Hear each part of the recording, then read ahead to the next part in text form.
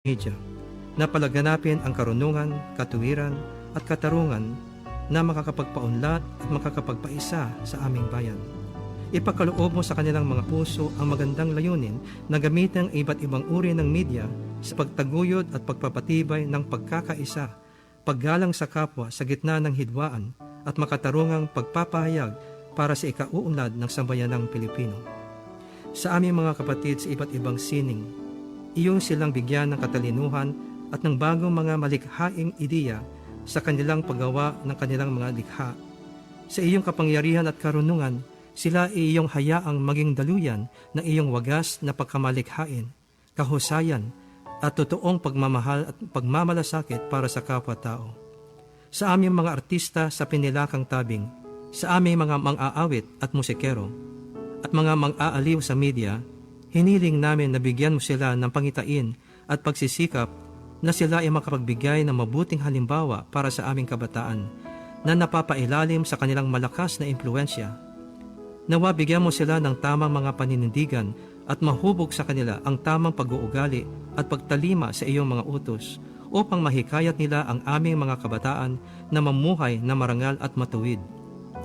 Salamat Panginoon sa biyaya ng natatanging mga talento, abilidad at kultura na iyong ibinigay sa amin. Naway aming itong pangalagaan at mapagyaman pa ang aming mga katutubong sining at mabubuting kaugalian. Naway mapanatiling kalugod-lugod sa iyo, O Diyos, at dalangin din namin na ang mga ito ay aming maipamana ng buo sa mga susunod na henerasyon. Sa aming naisin na pagyamanin ang iba't ibang sining na iyong ibiniyaya sa amin, kami, O Diyos, ay iyong bigyan ng kahusayan, katalinuhan, karunungan, pag-unawa at patnubay mula sa iyong banal na Espiritu. Tulad ng halimbawa ni Daniel sa Biblia, iyong marapatin, O Diyos, na kami makapaglingkod sa iyo ng may buong integridad at walang kompromiso. Sa aming paghahanap buhay, maging sa larangan ng media, ng sining o kahit saan pa, iyong kaming tulungang maalala at aming isapuso na ikaw ang aming pinaglilingkuran. Pangalawa lamang ang mga namumuno o nangangasiwa sa amin. Iyo kaming paalalahanan sa araw-araw na magtiwala sa iyo at naway aming makamtan ang iyong masaganang pagpapala para sa aming bayan. Maraming salamat, Panginoon, sa iyong pagtugon sa mga dalangin na ito sa pangalan ni Jesus. Amen.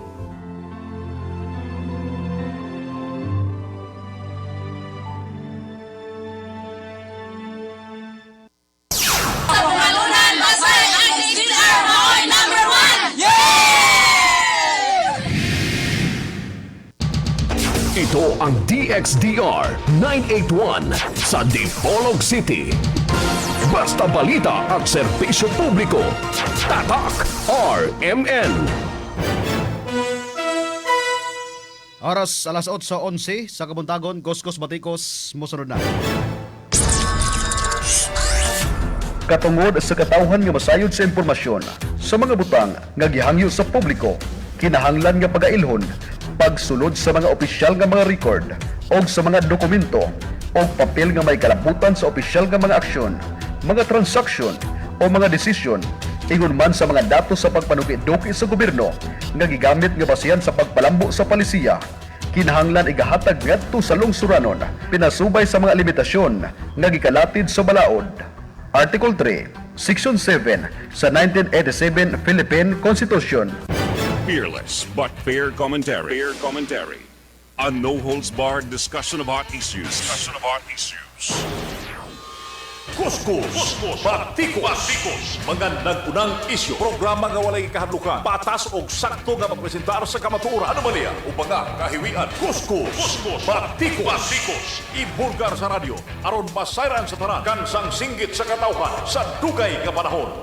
Kausaban. Kuskus, Batikos, ang tumo, tinuod nga serbisyo publiko. Kuskus, Batikos. Ang pagbibigay boses sa katotohanan at paglilingkod sa bayan. Di lahat ng pagkakataon, katapat ay karangalan, pabuya o medalya. Kadalasan. Bala. Stop Media Killings. Paalala at pagdamay mula sa RMN. kasama mo. Tatak RMN. Epistulam contra factum non valid nilamilam argumentum. Way kay mahimo sa makigbatok sa kamatuoran o dili mong mahimo mao lamang pakiguyon sa kamatuoran. Kuskus, batikos, batikos, batikos. Tatak RMN. Pwede mga binati na itong ating pabinaw. Welcome din itong pagpanag-uban sa programang RMN Kuskus Batikos. Kuskus, batikos, batikos, batikos. Kumusta ito mga kaigsunan? Gikan sa mga kasikbit nga probinsya. Gikan sa may Zamboanga Sibugay, Zamboanga del Sur, Misamis Occidental, ang usab sa may Negros Island, sa may Negros Oriental, the Region 7, mga binati na itong ating pabinaw. And of course, diri sa itong probinsya sa may Zamboanga del Norte nga gilangkuban sa duha ka syudad, ang Dipolog og Dapitan, og sa mga kalungsuran sa Kotob, sa Mabostong Pagsibya. Welcome ka mo din inyo kitang mabati og makita live via Facebook sa DXDR Dasarimin Dipolog og sa 981 sa dial sa inyong mga radyo sa Iimban og sa 94.1 sa IFM Dipolog. Tatak RMN. Bueno, sa ngalan sa serbisyo publiko, kini niyang pobreng alagad sa kanginan, Radyo Man Mark Andoy Bakruya. Mark Bakruya.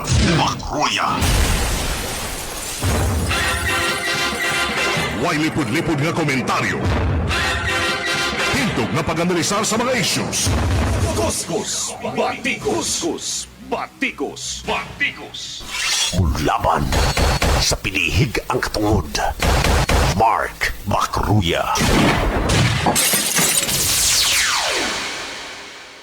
Tatak RMN. Kuskus, batikos, batikos, batikos. Alas 8:16 sa tod ganato sa Vitron Vitamins Plus Iron. Atong Vitron hang bitamina na nasa mga butika o mga parmasya sa dool sa mga lugar. Ilabi dito sa may DXDR Dipolog. Pwede po mo nga makapalit diri sa Vitron Drops, tablet, drops, wala tayo drops diri. Naramay sa Cherry o sa LKS sa pharmacy. Pero ang syrup o tablet available. O ato ang Wonder Herbal Oil. Atong Wonder Coffee, hotdan ba tag Wonder Coffee ha. Dayon sa Animal Vita, mga kasama, available pod sa mga aggregate supply o usab diri sa DXDR. Pwede pod mo makapalit sa Animal Vita. Mark Bakruya. Sa atong hulisgutanan karong adlaw ada ay usa ka kuno to sa nakalabay nga adlaw usa ka barangay konsehal sa may Sikayab ang nadakpan sa taga Philippine Drug Enforcement Agency Conpedia. Dito sa may barangay Larayan nga kundi nakuhaan kini siya og drogang shabu niya. Apil din siya sa listahan pod ni Pangulong Rodrigo Duterte. Tatak RMN. Kuskus, batikos, batikos, batikos. Taga Sikayab, taga Central Sikayab, mga binati na ito ang ating paminaw. Si Consial Cadavido. Nadakpan siya sa taga Pidiya. Samtang kagahapong adlaw usab, gihugya usab ang probinsya sa may Zamboanga del Norte. Human nga migawas ang warrant of arrest batok ni former Congressman 1st District Sid Frederick Bolet Halusos og ni Alan Halusos og sa uban pa nga makauban ni ini may kalabutan sa kidnapping og ang illegal detention, mga binati nato ang ating paminaw. Tatak RMN. Mao ka nagikahugyaw kagahapong adlaw. Okay, matod pa nga dugay na karon pamigawas ang gitawag nga warrant of arrest. Tatak RMN. Ato na hisgutan ha. Mga binati na itong ating pabinaw. And of course, sa bag-o pod nga nagpositibo sa COVID-19 sa may barangay Dawo Dapitan, natala pod gagahapon pinakauna nga kaso sa may Dakbayan sa Dapitan. Og napun-an pagyod ang sa lungsod sa Manuka napun-an na pod og nagpositibo sa COVID-19. Poros mga LSI. Tatak RMN. Ang inyong manalaban sa kanginan, Mark Bakruya. Komentaristang patas o di bias. So kagahapong adlaw, migawas man diya sa mga social media ang kanilaging pagpagawas o kining warrant of arrest batok nila ni ni former Congressman Sid Frederick Bolet Halusos. May kalabutan lagi og sa kani konsyal man daw ni si Alan Halusos nga appeal pod og si kuan ba ni kaning lain lang mga kauban may kalabutan lagi sa kaso nga illegal detention o kining kidnapping. Mga binati nato nga tigpaminaw. Ang mao nga kaso gi-file kini ang complainant ani base na pod sa kining warrant of arrest nga gipagula ni judge or sa presiding judge nato nga si Jose Rene Dondoyano. Mao si Alberto Siriales ang complainant taga lungsod man sa Katipunan di ay. So migawas ni kagahapon Agosto kon Hulyo 29 tuig 2020 anya ang mao nga warrant nakabutang no bail ban. So walay piyansa nga girekomendar ang korte nato sa gipagawas nga kining warrant of arrest ni Judge Don Doyano. Ubada tawagon man sila prosecutor. Awan pod fiscal. Sa mga utana taon sa may kalainan sa fiscal di og sa prosecutor. Kanang fiscal og prosecutor ha daghang magalibog ana. Kanang fiscal og prosecutor parihar na sila. Pero ang bag-ong term karon sa una fiscal ang tawag ana. So giusab na siya, gitawag na siya og prosecutor. Kay sa una man gud murag maot ang kanang word ba nga fiscal. So instead of fiscal, himuon sa mga tawo nga fiscal. Fiscal or kani bitong murag fixer ba? Kung sa LTO pa murag fixer. Kaya lagi well known kayo sa mga kani atong mga magbabalaod, dili magbabalaod mga lawyers, mga binati na to nga tigpaminaw. So kung kuan lang kining pwera lang sa mga maayo nga nagyoy kani bitong murag magbayad-bayad. So muna yun sila nga fiscal. Karon gi usab na ang term na prosecutor na. Para nindot yun i-prosecute yun ka. Kung makuan ka og kaso, nagay kaso i-prosecute yun ka. So muna yung pinaka-bag-o nga kuan ka. Ay mo paglibog ha kay uban galibog manggod. Yun sila nga ang fiscal kuno lahi nya ang prosecutor lahi. So usar na sila. Pero gibag-o na siya term. Mga binati nato nga tigpaminaw. So iko na. So kagahapon migawas ang kining kaso lagi. Tingali kung kahinumdum mo ay no di man to ni madiscuss gaygod basta nagpadayon pa gyud ang kanibitong kaso bitaw gidungog pa sa kining sa husgado or sa korte dili pa nato ni pwede madiscuss sa kahanginan. Ngano man mga binati nato nga tigpaminaw kita sa kong kabahin di man ko mahadlok. Wa mo ko mahadlok. Pero ang ato ani is ang kuan lang gyud kanibitong paglikaysa sa pag-discuss kay labi na gyud kung unsa ni kadali lang kayo. Ang kuan manggod ang nahitabo manggod ani basta nagdagan pa ang kaso dili na nimo na pwede mag-discuss kay diha. Mura bitaw gitawag nila nga murag trial by media. Dili ka pwede. Yun kay maigo nya ta na sa gitawag nga sub judice. Sa mga lawyer na to kailan na sila unsa nang sub judice. Ang sub judice under judicial consideration and therefore prohibited from public discussion elsewhere. Mga binati na to katig paminaw. So prohibit na siya. Dili lang kay sa radio, sa TV, bisan pa sa print, sa social media. Basta ang kaso gali nagdagan, dili gini mo na makuan. Gawas lang kung murag mahang lang nimo pag-discuss. Pero kanang mga kinsay mga nanga-appeal, kinsay kining mga accused or kinsay complainant, ngano ni nga kaso, so dili na siya pwede nimo ma-discuss. Ngano man sa atong gitawag kanang sub judice is a Latin word na siya mga binati nga nato nga tigpaminaw nga which mean under a judge. Okay, so ang huwes ra ang adunay katungod nga kini bitaw murag mag-trial or magdungog sa kaso. So mao bitaw na nga we have to prohibit in discussing in a public mga binati nato nga tigpaminaw.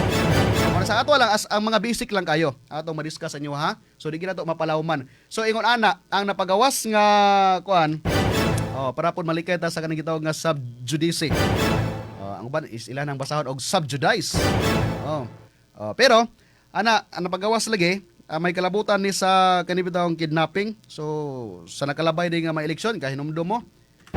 Na ay mga matod ba gipang kidnap kato bitong na ay mga kanibitawong mga nagdubli ang mga pangalan sa mga kandidato. Na ay sa una atong gobernador dire, kasamtangang gobernador na sila kanang dubli nga pangalan. Niya si former congressman pod kaniadto mindagan abot say dubli nga pangalan. So iko na para malibog ang tawo. Ingon ato. Sa moton hitabo ang murag dito ni posible dito ni nagsugod ang mao nga kaso. Nya karon pa migawas ang kining kanibitang warrant, so murag pahugyaw ba? O, painit gamay. Ilab na gyud nga naata karon sa kuan. Naata karon sa pandemya. So painit gamay sa mga chismosa o chismoso. Kay murag ni kuan na nya hapit ra pong eleksyon no. Saon na lang yon. Kuskus, batikos, batikos, batikos. So yun na nasa dihang migawas ang kining warrant may kalabutan sa kidnapping. Ang kanang kong kidnapping mga igsoon. Ilawom sa ato ang Republic Act number 18. Sa kaning kidnapping balaod, naman tayo balaod na ang mga grounds mo ng kidnapping pag ma-detain mo ang usa ka tawo within 5 days unsa may mga ground kaning kidnapping and serious illegal detention, ilawom sa ato ang kuan sa revised penal code unya naabot tay Republic Act number 18 sa section 2 nga kun diin sa section 2 and under sa section 2 ang article 267 mga igsoon, kidnapping and illegal detention. Any private individual who shall kidnap or detain another or any other manner deprive him his liberty. Kada bitang murag wa kay kagawasanan or kagawasan, so mo na siya ang kining matawag nga kidnapping and illegal detention. Shall suffer the penalty of reclusion per temporal in its maximum period to death. Unsa may mga ground ana pag kuan imuha siyang ma-detain within 5 days, usan na siya sa mga grounds. Or if it shall have been committed simulating public authority. Mga binati na itong ating paminaw. Or any serious physical or injuries shall have been inflicted upon the person kidnapped or detained. Karami itong imong gipasipadan, ingon ana. Or if the person kidnapped or detained shall be a minor, female or a public officer, mga binati na itong ating paminaw. So mo lang yung mga grounds, mga upat sa mga grounds sa kaning kidnapping. Pero na yung mga naingon nga, kuan ko no, ingon ana. So dili pa ginato kayo mapalawman ha. Sabta lang kita ninyo. Mga binati na itong ating paminaw. So ingon ana, human nga migawas ang kining kuan, migawas ang kinilaging warrant of arrest batok ni First District First District Congressman Halusos. Nagpagawas po di ay o kamanduan si Judge Rene Dondiano nga may kalabutan lagi sa kaning gitawag nato nga mag-motion to quash or kaning deferment. Kanang deferment mo na siya ang pagmurabitog ihunong or kanibitong padugayon or ikanibitong i-delay. Mga binati nato kating paminaw. Kagahapong adlaw gikuan ang sa side sa accused, the side of the accused, mga binati nga nato kating paminaw. Kanang motion to quash daghan kaning mga kuan nato kanibitong gitawag nato nga mga criminology. Kani mga criminology. Sige na sila gadong na unsa ng motion to quash, unsa ng quash, petition to quash, petition to motion to quash the warrant. So yun na kailaki na sila na pero wala sila kasabot kung unsa motion to quash. So yun na mga binati na to kating paminaw basta mga legal term daghang mga teknikalidad. So bigo quash is reject or void especially by the legal procedure, mga binati na to kating paminaw. So mao na siya ang kuan, ang kining quash or sa kuan bitaw is a remedy of the accused, mga binati nato nga tigpaminaw ang kanang motion to quash. So unsa man ning motion to quash, ilaw man god sa tong kuan sa tong mga criminology, kabalo ni sila ni kay naanay silang law sa criminal procedure, mga binati nato nga especially sa tong mga kuan pod sa mga lawyer. With your respects to mga lawyer, ilawom sa tong Republic ilawom sa Rule 117 nga mao na ang motion to quash sa criminal procedure, mga binati na ito ang ating paminaw. When can the accused file a motion to quash? Kanusa man ka pwede maka-file or ang akusado kanusa siya maka-file og accused? Accused kining quash, motion to quash. Kanusa siya maka-file. Ang tubag na at any time before entering the plea or the accused be moved to quash the complainant or information. So sabot pasabot ana. Sa dili pa ang plea. Kanang bitong arraignment. Sa laktod nga bagay istorya is ang arraignment. Unsa man ang arraignment? Mao na siya ang procedure which is ang accused.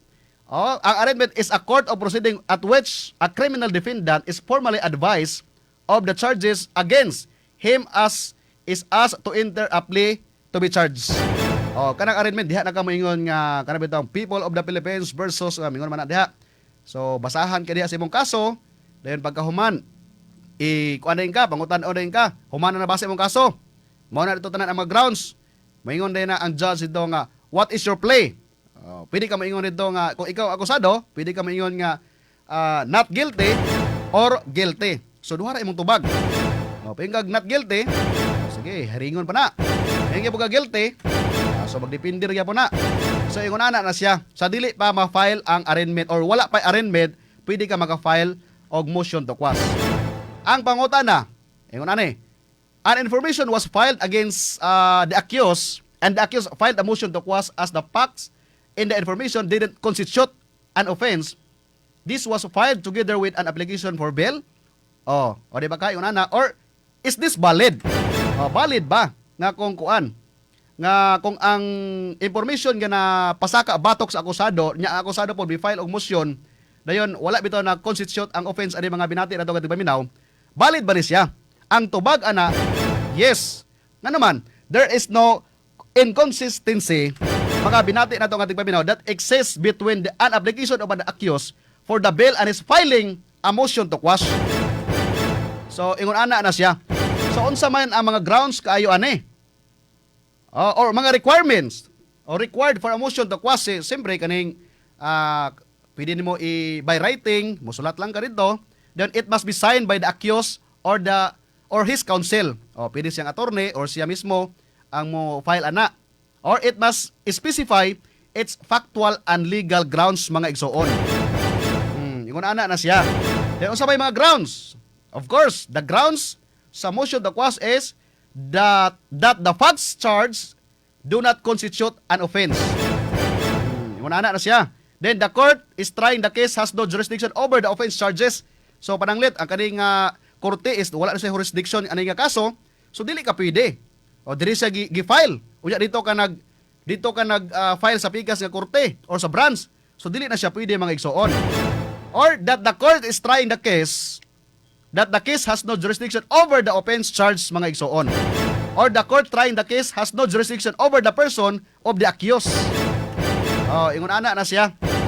So pananglit bitaw kani bitong motion to quash pananglit nakay uyab or imuhang asawa nag-away na mo. Nag-away mo tungod kay nangabit baka ka or unsa inyong mga rason nag-away mo, then imo nang giserbisyuhan. Imo na gikuha na kanya, iya na kagitagaan og kanang punishment. So okay na ang tanan, nabalik na mo.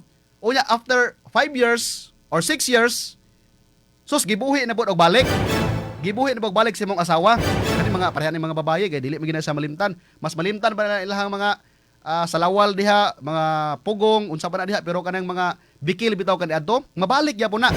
Ano yung mga sakit sa mga babaye, di ba? Mga babaye. Bisan pag di mo maangkon. Mo na sa urana.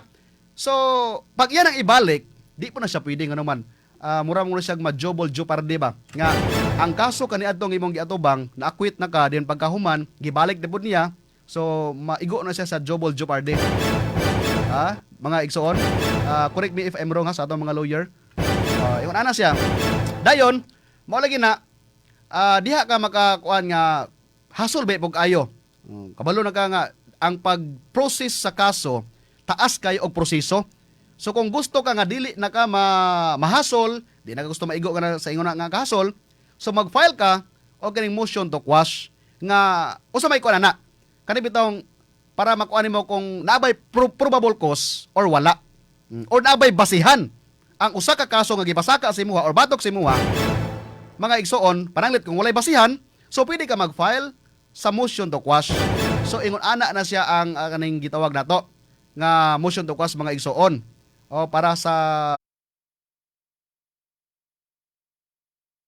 bitong kalamdagan ninyo nga di mo maglibog. Di ba? Dayon, pananglit, usa sa mga example, pananglit, nag-text ka or nag-text ang kaning babae si muha. Dayon, text mo diha, dili mo gipasaligan nga magkita ta karon nga oras kaning oras dapat alas 8 magkita na ta. Dayon, pag abot sa alas 8 ikaw nga gitiksan, wa ka nagpakita dito. Wa ka nagpakita. Di ba ka naulahi. So moingon na siya nga, bakakon kay kang dako. Bakakon kang dako. Scammer kang dako. So pasakaan di ka kaso. Mo di ko ipasaka nimo nga scammer ka. Pero inigkuan na mga kasama, asa man ang mabasa nga libro, asa nga mga seksyon. Asan mo makita nga seksyon or mga balaod diya sa lobok nato mga igsoon nga ang pagkadili sa imong pag-abot or wala pagpakita niya ng orasa, mahimo ba na siya nga basihan para mabasakaan ka og kaso? O di ba? Di ba wala? Bisag asa ka mabasa nga kung madili ka usa ka oras sa inyong panagkita, pwede na kanya nga mabasa ka og kaso or mareklamo scammer ka nga dili ka kasaligan. Wala na, dili nimo na mabasa sa mga libro sa kaning mga lobok. Or sa atong balaod diri sa Pilipinas, wala na siya. So, matawag na to nga null or business. Mga binati na to nga tigpaminaw. So, mao na imong himubasa. Ang motion to quash manggod, mangita ka diya sa kanang information kung asa ang bikil nga pwede nimong i-counter.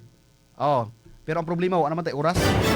Ato rin i-discuss para yun, mga binati na to nga tigpaminaw, ug mga adlaw ha. Para po nga inyong masabtan.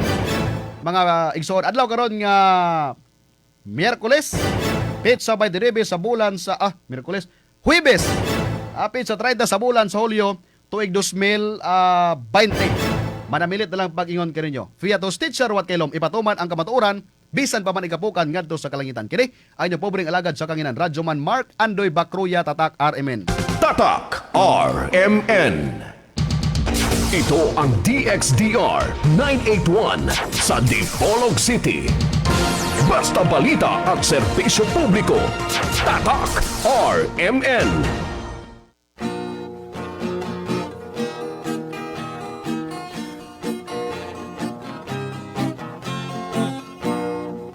Karon sa atong kapanahunan, pagkadaghan nagyong balatian, ubang sakit dili na masabtan, basin kunog sa ingkanto itiawan, bisan asa na mo adto nga tambalan, moingon nga kunog gidautan, inay giba